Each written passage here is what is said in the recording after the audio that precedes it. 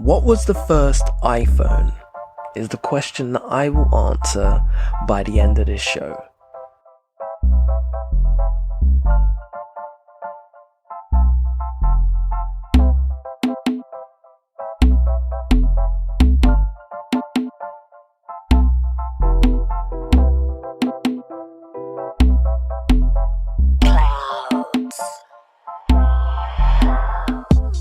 Hello, and welcome to another episode of the More You Know Mondays. The more you know, the more you grow. And this week on the show, I will be talking about VPNs. But before I get into that, you know what we have to do? We have to start the show off with some positive vibes. And I do that every week in the form of a quote. If you're new here, welcome to the show. Thank you for joining the family of Monday fact knowers and wanting to find out more about interesting random topics from history or just topics that I think more people should know more about. If you are a returning listener, welcome back to the fold, gang. Thank you for choosing this podcast to be the place where you spend your time. You know, time is something that you don't get back, so you have to spend your time in places that you deem to be really useful. Not that I'm saying that you should listen to this point and be like, oh damn, this isn't really pushing the envelope. Maybe this isn't worth my time. And to that, I will combat you and say, I am worth as much time as the circle. I don't know, that's a terrible comparison. But yeah, check it out. Listen through. Maybe I just made things bad or made things worse for myself by comparing myself to the circle. I don't even watch the circle, so see my conundrum here. It was a terrible comparison or metaphor or whatever I was trying to get to by mentioning the analogy. I can't actually tell you off the top of my head right now. I think I was just trying to use the analogy of time wasting, and you watch like reality TV and you know, it's time you don't get back and blah, blah, blah. It's too deep and convoluted for me to try and continue on that wavelength. Just, if you enjoy the show, listen, give us some likes, give us some comments on Apple and that. And, if you don't like the show, I mean, I've recently found out about a thing called hate listening, or hate watching. So, I mean, if that's your thing, listen to the end, hate it, and yeah, man, do you and live your best life.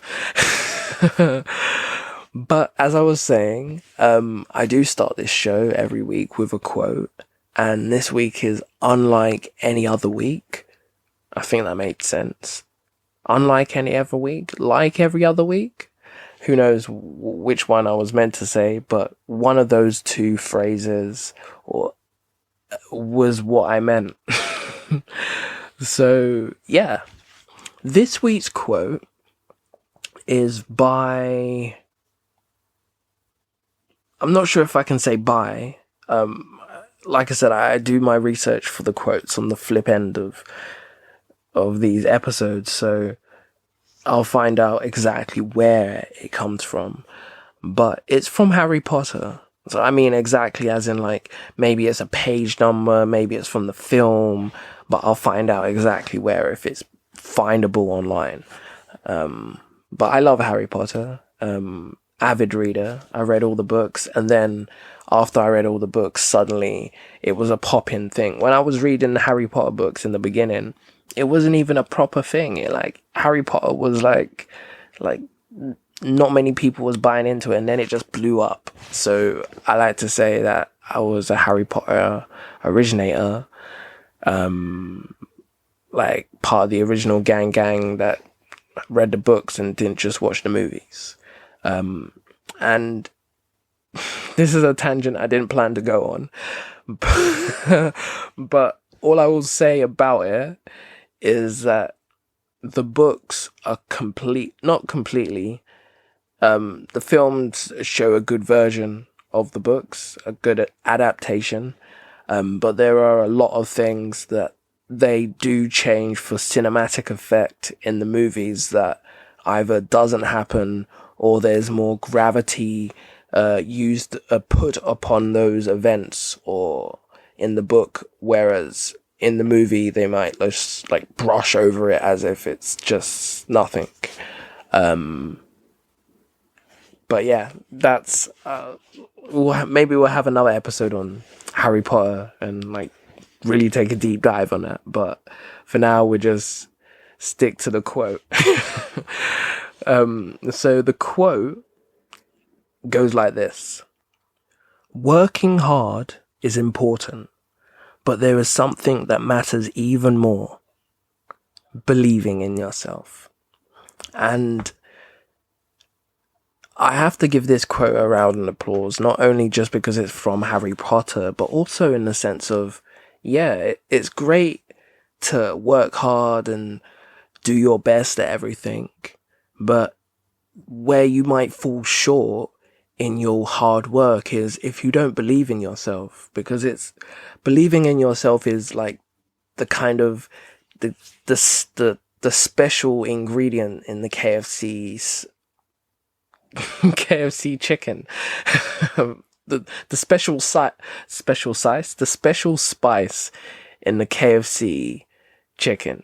Like, that's what believing in yourself is like. It's like really key to anything that you're embarking on, whether it be creative or academic or something to do with your business. If you don't believe in the things that you're doing and not the ethos, but more of the dream of the business, or the dream, or not the dream, the angle of your brand. If you don't believe in what your brand is trying to put out there and what your brand is trying to do, then you'll kind of fall flat or fall short a little bit, because you can only get yourself so far on hard work. But on the other hand, playing devil's advocate, you could get super far on hard work while not believing in yourself. And that's also very possible. But like, the only thing where you might fall short in, where if you don't believe in yourself and you get that far, is you might, I don't know, it might weigh on you that you've got so far, but you don't know how you got there, because obviously you know how you got there in the sense of you've done the hard work, you've put the hard work in and you've made it. But like, I don't know, it's kind of like, it's not even like doing your passion or performing your passion or living your passion or working in something that you really want to do. It's something like deeper than that. It's like believing in your own ability to complete the task at hand. Like, and that's kind of beyond knowing what you need to do. Because a lot of people might know how to do something correctly, but if you don't actually put that into practice, then you kind of fall flat on being just like everyone else and knowing the rules, but not actually making them gospel or making them a reality. Hopefully I'm making sense. Because sometimes, when you speak and you're just like, do people understand me? It's also interesting in the same respect coming from the angle of a podcast, because it feels sometimes like I'm speaking to an echo chamber, because, I'm just here with my microphone and no one responds to me while I'm speaking now. But obviously I'll get maybe responses on the other side. So it's just an interesting thought experiment, I guess, more than anything, but definitely worthwhile thinking about, just in the sense of self-belief. Think about how far you can get yourself if you really believe that you can do something, as opposed to how far you can get yourself on just hard work alone. Maybe I'm just repeating myself, but I want to emphasize that, just on the fact of, okay, cool, you might work hard at, I can't think of something off the top of my head, crazily enough. Okay, you might work hard, because I've got a computer in front of me, you might work hard at web development, but your heart isn't in it. Not even like your heart isn't in it. You don't believe that you've got the skills to be a web developer, but you don't believe that now you have these skills that you can actually secure a client, or even help anyone with the skills that you have. So you might feel insecure in your own ability, but feeling in that insecurity is a hindrance on yourself. And I understand, obviously, at the same time, it's something, obviously, that you might not have 100% control over, but it's something that if you become aware of, maybe it's something that you can curb, or curb, if that's whatever one is the right. I'm thinking of curb your enthusiasm, so maybe curb is the right turn of phrase. But really, I hope if anything that you get from this, or you gain from this quote, is just believe in yourself. And it's kind of untold the possibilities that could be out there for you once you believe in your own ability. And even if you're not maybe Mozart or Van Gogh, doesn't mean that you're not good enough to take over the world with your musical ability.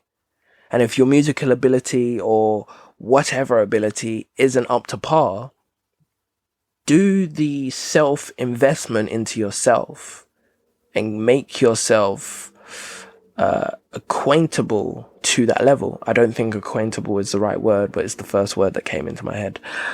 But yeah, there's always ways around yourself. I think I want to kind of reflect on the quote from last week of doing something for yourself and not anyone else. It all works hand in hand on self-belief and believing in your own ability to do something. And also, I think another thing with this is being able to accept other people's compliments.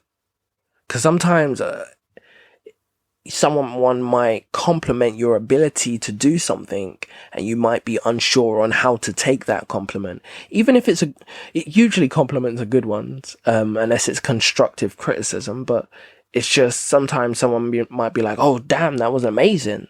That was dope, man. That was great. And you're just like, oh, thanks. But I didn't, when I created this, or when I did this, I didn't think of the effects of how it might affect other people. So how it does affect other people is important. So take that on board and use that all as your research for what your next project will be on or about, or take on board for considerations, or how it might affect. Yeah. Believe in yourself, guys, because anything you put your mind to or imagine can happen. Your thoughts become things. That is like a quote directly from one of my poems. But yeah, it's 100% true. Your thoughts can 100% can become things, because anything you put your mind to or imagine can happen. I think I resaid what I just said. But anyway, hopefully you got all the meanings and all the things that you needed from that quote or from my explanation of what it meant to me. But if you didn't, I mean, I'm sorry. And I will try to do better. But I can only do that with comments and messages. So let me know if there's anything you think I can improve on. But moving on swiftly with the show, I said I will be talking about VPNs this week, and I 100% double down on that. I will definitely be talking about VPNs this week. I thought it'd be interesting to talk about them, only because recently I've seen that VPNs have become really quite popular. It's been big business. You're always seeing a Nord VPN or Proton VPN or what else have I seen? I've seen so many Express VPN. There's so many different VPN companies, and with there being so many different VPN companies, everyone's offering all these different things to us, and it kind of feels like, which one of these is right for me? And are any of these companies telling the truth? Can I actually just get privacy?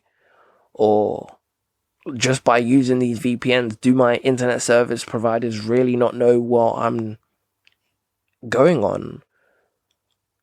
And kind of, I know some of these things, the abilities that these VPNs allow us to do, it kind of brings this air of questionability of that if a VPN can mask the activity of what you're doing to your internet service provider and everyone else around you, then technically you could do something illegal while on a VPN, and because no one could track down where exactly you were when you were doing this illegal activity, technically you would be able to get away with it, right? Now, these are just thought experiments and questions that I'm throwing out there, but these are all questions that I guess come into the everyday consumer of a VPN, and anyone out there that's just listening thinking, well, I've seen these VPNs around and everyone's always talking about them, but what exactly is a VPN? Well, you've come to the right place. I'm about to tell you. So a VPN stands for Virtual Private Network. And all it basically is a service that uses different tunneling protocols to encrypt online connections and hide a user's IP address, to let people bypass geo-blocks and enjoy secure browsing. So yeah, sounds pretty simple, right? What could be more complex than a VPN? And why was it invented? So you might be surprised to find out, but VPNs were actually invented back before the 2000s, funnily enough. So the history of VPNs dates all the way back to 1996, when a Microsoft employee started developing this peer-to-peer tunneling protocol, which is known as PPTP. Then in 1999, the specifications were published. And over time, VPNs and the concept behind the technology has changed drastically.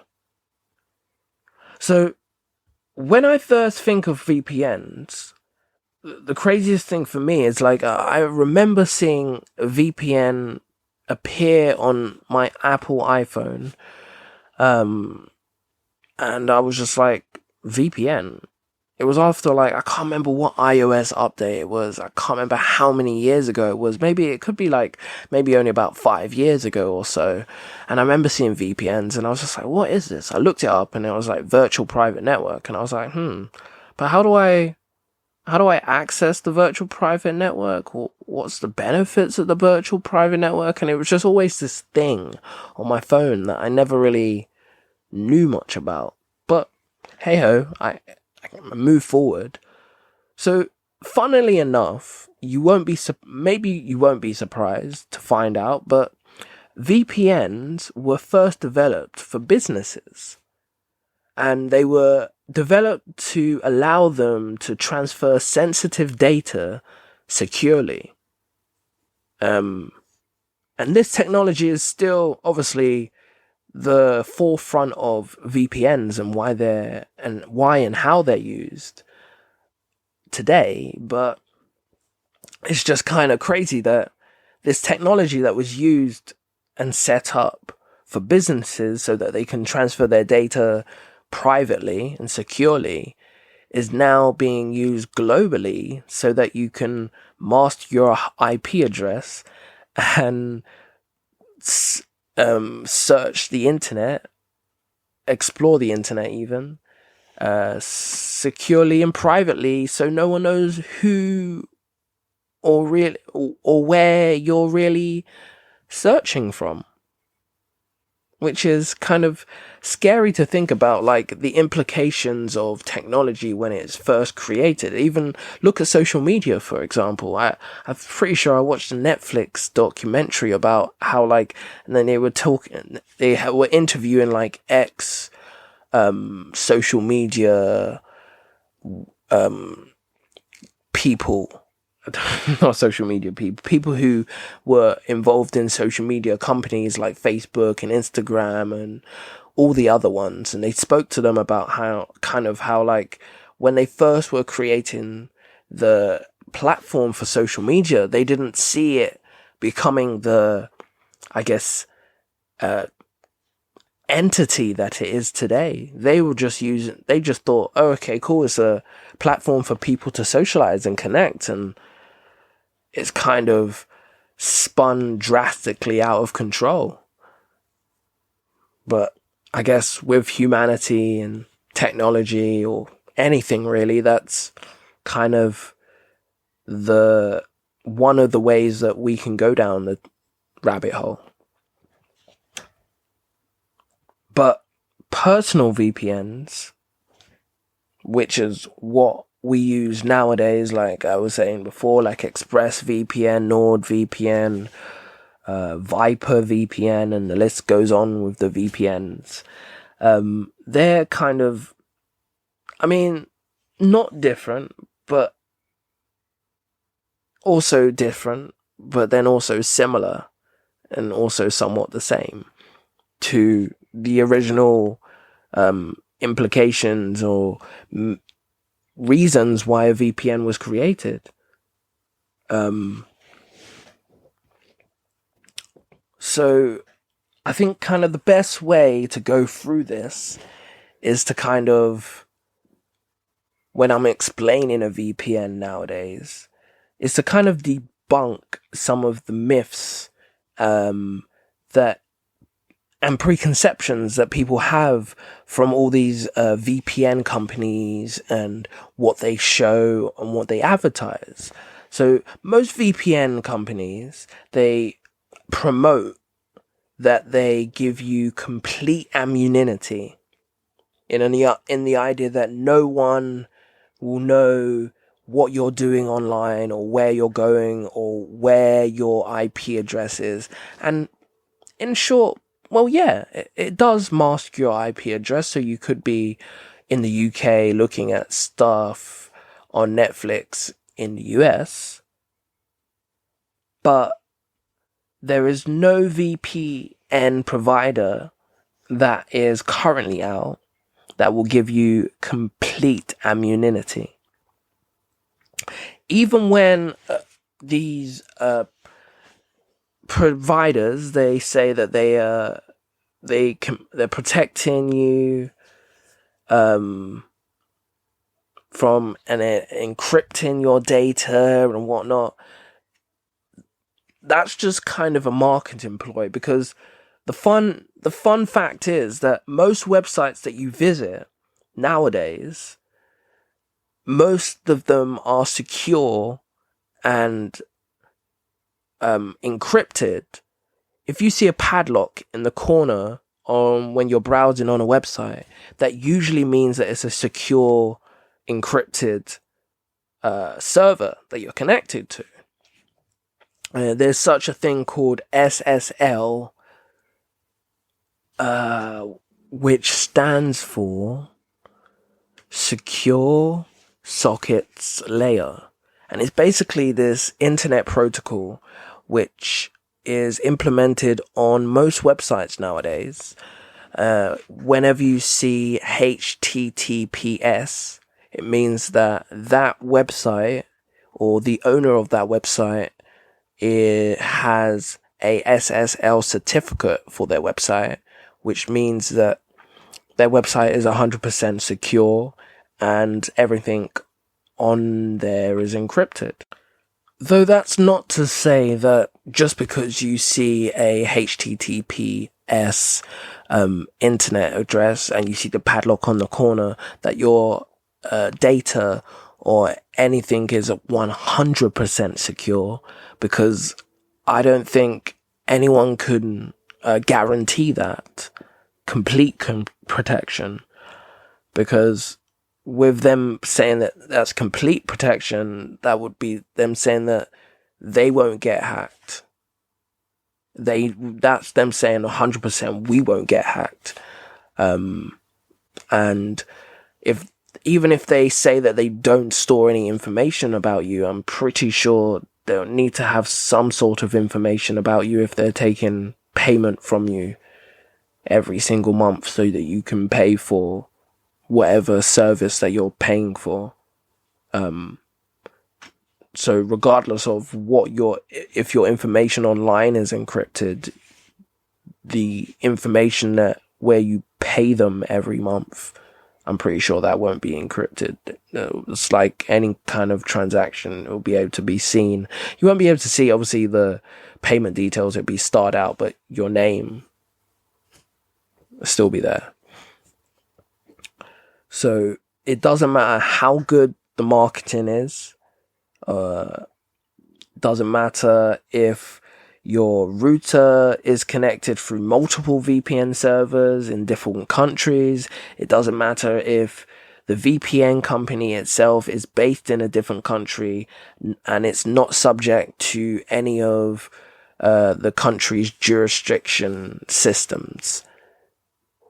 It's not going to make you any more safe than HTTPS already does make you when you're exploring on a website without having a VPN. It's kind of funny that a VPN pop-up has just popped up in the corner on my web browser, and I'm talking about VPNs.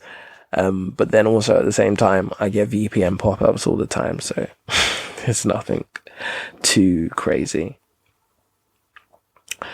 Another thing, like I was just mentioning before, VPN companies, one of the big selling points of VPN companies, I noticed from when I watch YouTubers talking about the VPN sponsorship that they have, is they'll say that whatever VPN company, they might say it, you can trust that this VPN company doesn't log any information about you. That is a complete myth. So once you connect to a VPN, there are numerous pieces of information about you that start floating around in the open space of the internet. This includes your IP address, your browser history, and you can clear your browser history, but it's important to know that although when you go to many websites, the VPN might keep you cloaked, there are also such things on websites called cookies. Not just websites on your computer called cookies. And unfortunately, whenever you visit any website, you might get that pop-up saying there's cookies or something. That's, the cookies track you. And that can report back what other sites you've been visited. So say, for example, this is how a cookie might work. So you might visit Google, say, and you pick up some cookies from Google. So then with these cookies, Google can track. I'm not sure how far these cookies last for. I'll do an episode or do some later research after this. But cookies, they can be then tracked. It's like a Facebook pixel. It can then be tracked by the owner to see, okay, cool. So they visited my website, then they went to this website about looking at dogs, and then they went to this other website, and then they went out to this other website. So then Google will look at all these, look at the cookies and be like, all right, cool. So we can advertise this IP address or this person, all these things, because we know that they've gone to all these other websites, or they've searched these other things after they visited our site. So we know more about them. So although the VPN masks who you are, there's also other ways that the web provider or the web service or the company that you're visiting the website of can find out things about you. Also, internet connection logs are also one of the things that are floating around in the open space of the internet when you connect to a VPN. So this refers to how, where, when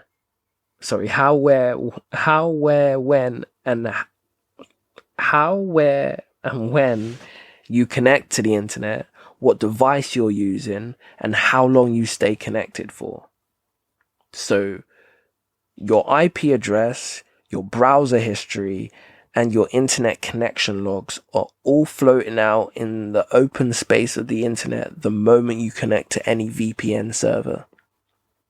So yeah, VPN servers protect you, but the moment and they mask you, but at the same time, the moment you connect to them, that VPN company has your IP address, your browser history, and your connection logs.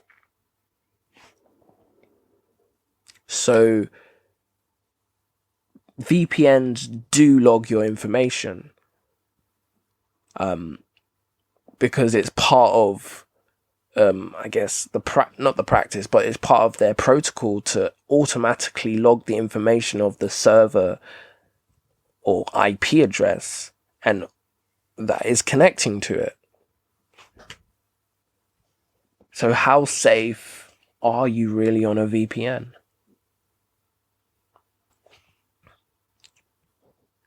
And it's funny because like most VPN services will advertise that there's no logs, 0 logs, or we're logless. We don't keep logs of your information, and they're trying to sell you on this privacy when in actuality the actual core foundational functions of a VPN, the moment you connect to it is for it to identify you and have your information just floating out in the open space for anyone to grab and find. So when it comes to VPN logs, it's not a matter of if a VPN service logs your information. It's more of a matter of what service logs do they have and how long are they keeping those logs for. Which really makes you question like the way the the techniques that these VPN companies are using just so that they can make money off you. So you're probably better off, if anything, finding a free VPN service and using that. Only in the sense that if by paying for a VPN service, you're basically paying a company to have your IP address, your internet logs, and your browser history just by connecting to their VPN server. So why pay them so that they can have this information when you could do it for free and still be as, I guess, unsecure as you would be connecting to these other companies that you pay for? But that's just me playing devil's advocate, because in actuality, it costs a lot of money to run the server of a VPN, for the coding and developing of it and expanding the server when you get more customers. And so if you are using a free VPN service, then you need to wonder why this service is free. And if it is free and they have access to all this information just by you connecting to them, then chances are they probably are selling your data. So what we really need to keep in mind is that a VPN, although how they advertise on the companies, on their websites and on their adverts, that like it's this one-stop fix that helps cure and keeps you secure and protected from any internet attack, and your data is private and no one can access it, and they're keeping your data secure by you joining them. And you should really be more wary when trying to investing maybe in a VPN. If you are using a VPN, maybe just use it as and when you need it. Like, so for maybe you want to view some content in another country on Netflix, because I didn't realize that Rick and Morty is on the UK Netflix, but it's not on the US Netflix. That seems bizarre to me. So apparently Americans are using a VPN on their Netflix so that they can watch Rick and Morty. Again, blows my mind. I don't understand that. It's not a UK series. It's American, but hey ho. I saw it on this VPN advert when I was watching this YouTuber talk about it, and I was just like, what? What do you mean? Anyway, it's not this one-stop shop of, okay, it'll protect you. It does its bit, but it's not completely secure, because it also lets slip a lot of information, important internet data about you as a consumer and how you access the internet. And although these companies might say they might not keep logs, it's probably more of a question of how long they keep the logs for that you should be worried about.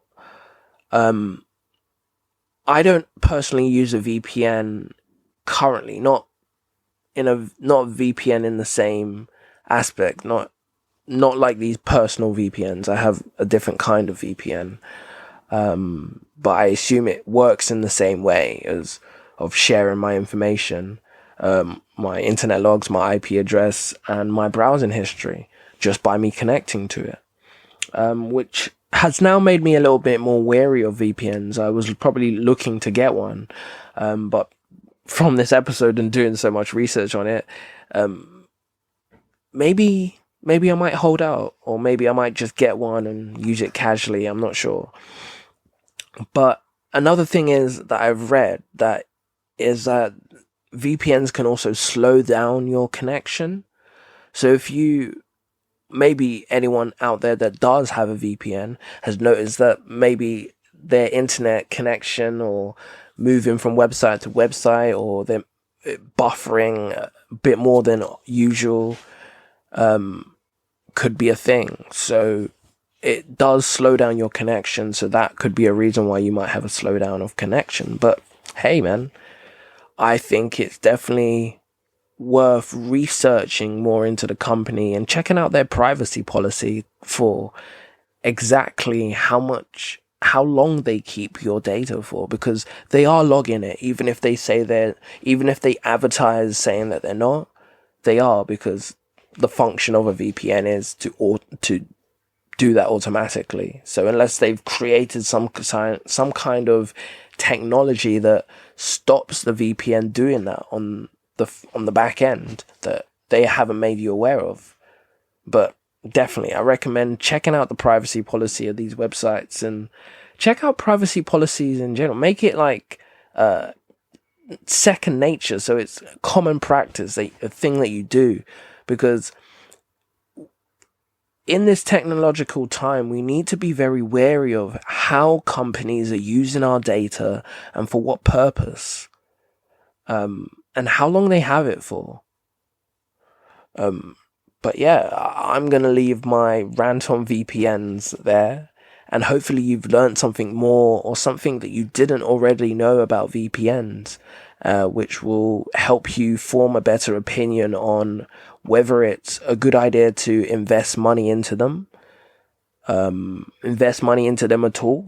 Maybe you want a free VPN, or maybe you don't want a VPN at all, but you now know, or you're better rounded to understand what a VPN is, why they were created, and what they're used for now, and why they're so popular. And I hope I've helped you understand that better. But as I do at the beginning of every show, I asked you guys a question. I said, what was the first iPhone? And you're probably sat at home thinking, or walking, or wherever you are listening to this, and you're just like, what do you mean, what was the first iPhone? Of course it was the Apple iPhone, Kory. And yeah, I guess a lot of people might say the Apple iPhone. But actually, the first iPhone was not made by Apple. So the first mobile device to be called an iPhone was actually made by a company called Cisco. And for those of you who don't know who Cisco are, they are like a computing company, but they do like security, and when I was studying like computer security and servers and stuff like that, they do a lot of that kind of stuff. So it's kind of a surprise for me that they actually had their own phone. But who's ever heard of the Cisco iPhone? I haven't. I've heard of the Apple iPhone. So the story goes as follows. Cisco had created the iPhone, the very first iPhone, and their iPhone allowed users to use voice functions of Skype without having a computer. So, funnily enough, 22 days after the Cisco iPhone was launched, Apple then announced their own product called the iPhone. And obviously straight away, Cisco was just like, what? What do you mean? We just 22 days ago, we just released the Cisco iPhone, the iPhone. We've already done that. Like, what do you mean you're calling your phone the iPhone? So obviously Cisco sued for trademark infringements, and ultimately the lawsuit was settled out of court, and both companies were allowed to keep using the name. Apple's iPhone was called the Apple iPhone, and Cisco's iPhone was called the Cisco iPhone. But who's ever heard of the Cisco iPhone? Because I haven't. So we know who won the battle of the juggernauts then, didn't we? Apple. And it's probably because Apple's iPhone took off more. More people knew about the Apple iPhone than known about the Cisco iPhone. So that's probably why the Cisco iPhone went for the win. Sorry, the Apple iPhone went for the win. The Cisco iPhone was just dead in the water. But it's interesting to know that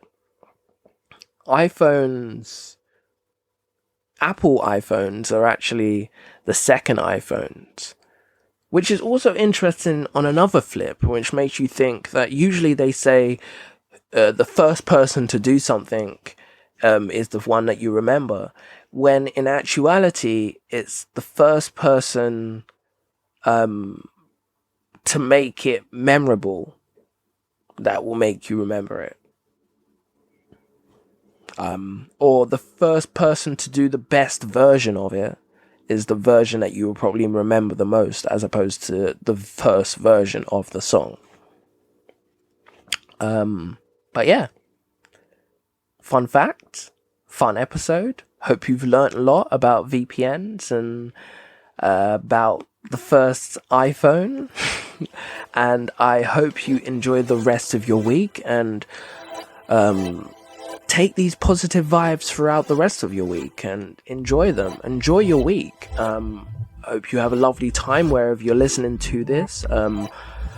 And yeah, until next time, my friends and the listeners, I will speak to you soon. Peace.